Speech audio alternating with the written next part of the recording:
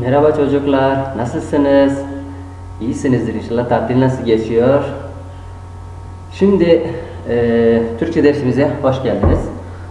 Bugün işte 5. konuyu başlamıştık. Kaldığımız yerden birlikte devam edeceğiz. Bugün sizinle birazcık ders yapacağız. Bir de şarkımız var, onu yapacağız. Bitireceğiz öyle. Şimdi bir de oyun var burada. Oyunda ne yapacaksınız? Siz ailem dediğinde, yani mesela örnek vermiş burada. Bakın şurada büyük baba, büyük anne var. Başka diğer, bakın bu kutucuklara, işte boş olan kutucuklara siz ne yapacaksınız?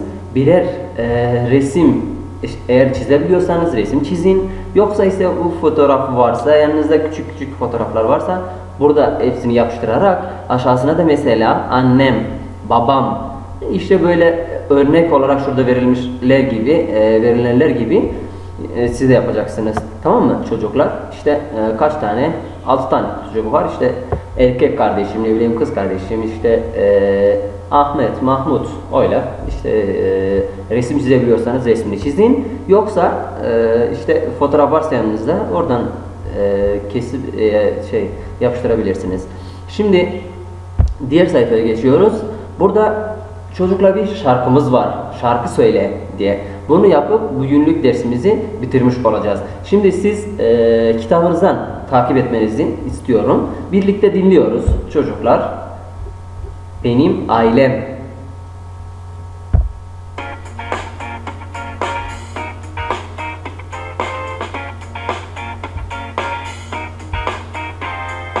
Dedeline, anne, baba, herkese merhaba. Dedeline, anne, baba, herkese merhaba. Dedeline, anne, baba, herkese merhaba. Dedeline, anne, baba, herkese merhaba.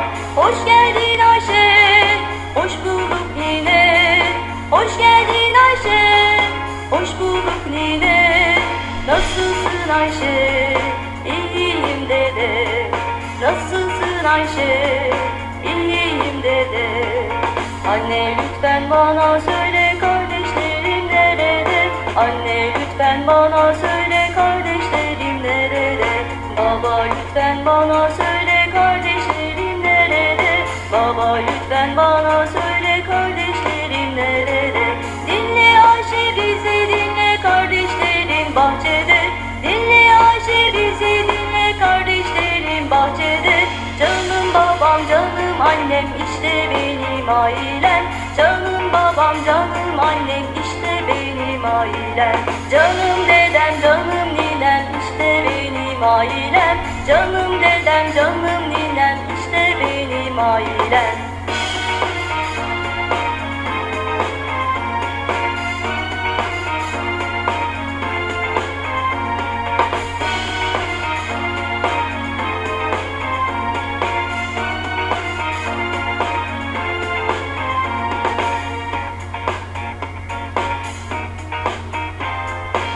Dedeline, anne, baba, herkese merhaba.